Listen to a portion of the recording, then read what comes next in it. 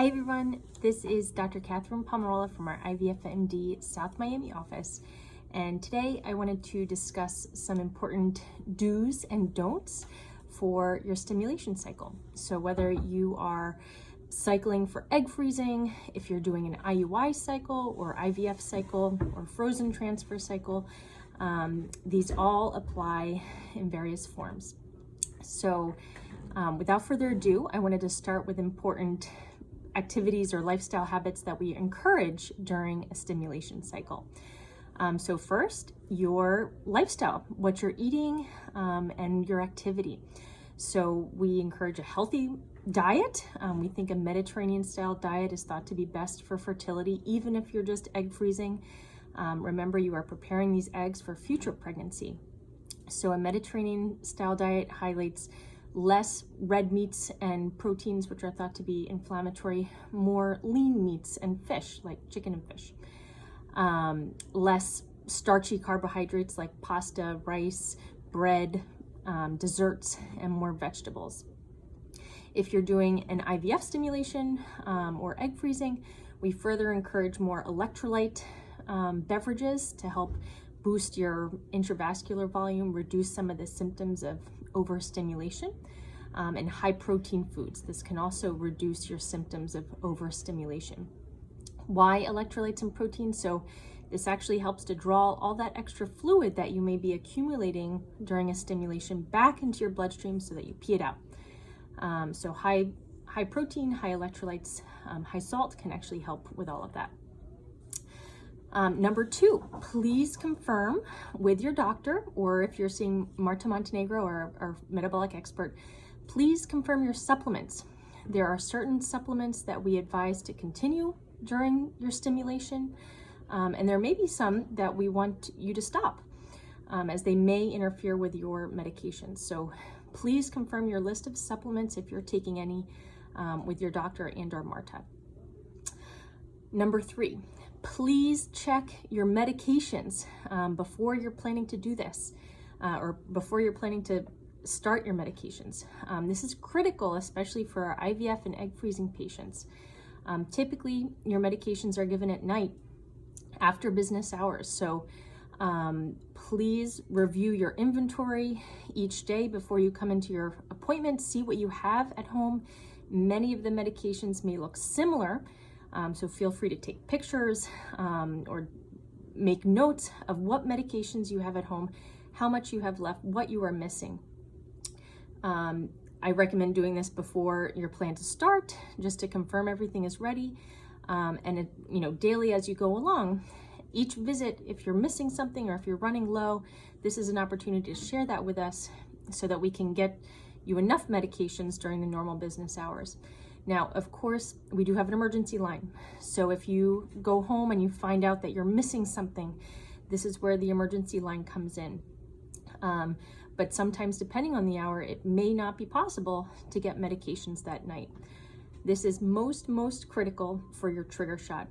So as you're going through the stimulation, we can often guess what day you may be ready for your trigger shot for IVF or egg freezing. And that medication is one of the most important of your whole cycle. So please confirm your medications and notify us as soon as you are aware that you're missing something or you don't have enough. And again, our emergency line is meant as a backup if you're having any concerns that evening.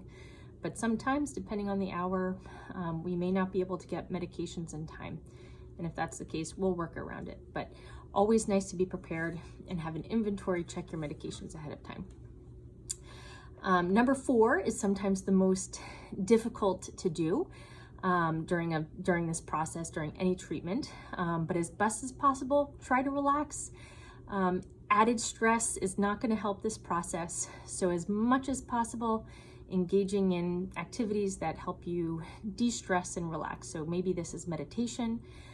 For those of you who love to exercise, you can still do some forms of exercise. We'll cover that in the don'ts. Getting outside, spending time with loved ones or close friends or family members or your partner, making sure you're getting enough sleep. This is all critical to your overall well-being and health during this process. If you're following acupuncture, this is another great way to de-stress and help cope with many of the stressors that we have during this process. So relaxation, staying calm.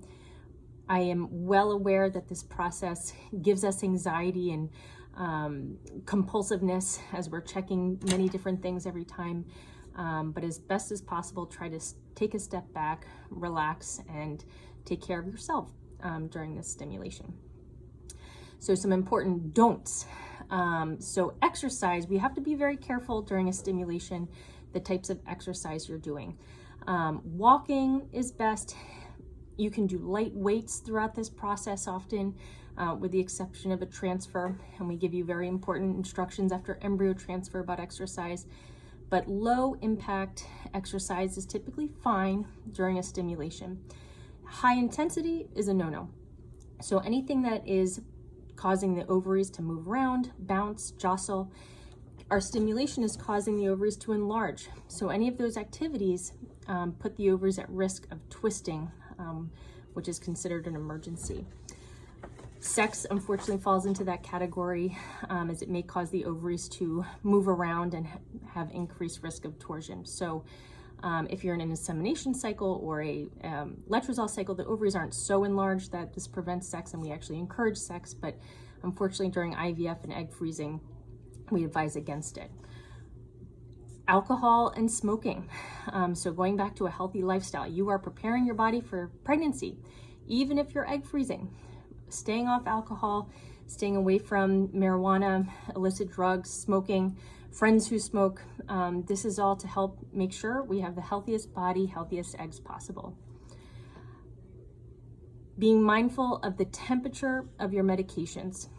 So less so for our pills, but any of the liquid medications, being in Florida, we want to make sure that they don't overheat.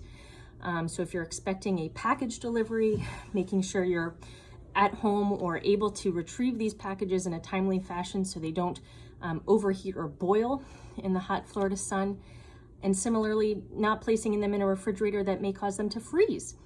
Either of these scenarios, overheating or freezing of the medications, can impact their efficacy.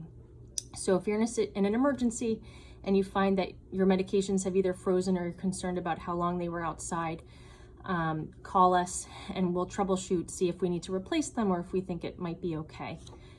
In general, once a medication is opened, it should be refrigerated to make sure that the efficacy stays stable. Then finally, and most importantly, please do not hesitate to call us with questions. So you are going through a very important process, whether it's insemination or egg freezing or IVF or transfer. If you are at home about to do your medications and you have a question, or you are confused, or you are not sure about your dosage, or you're having difficulty preparing the medications, this is understandable. This is a complicated process. Please call, and we are here to help you. We are here to walk through the process with you.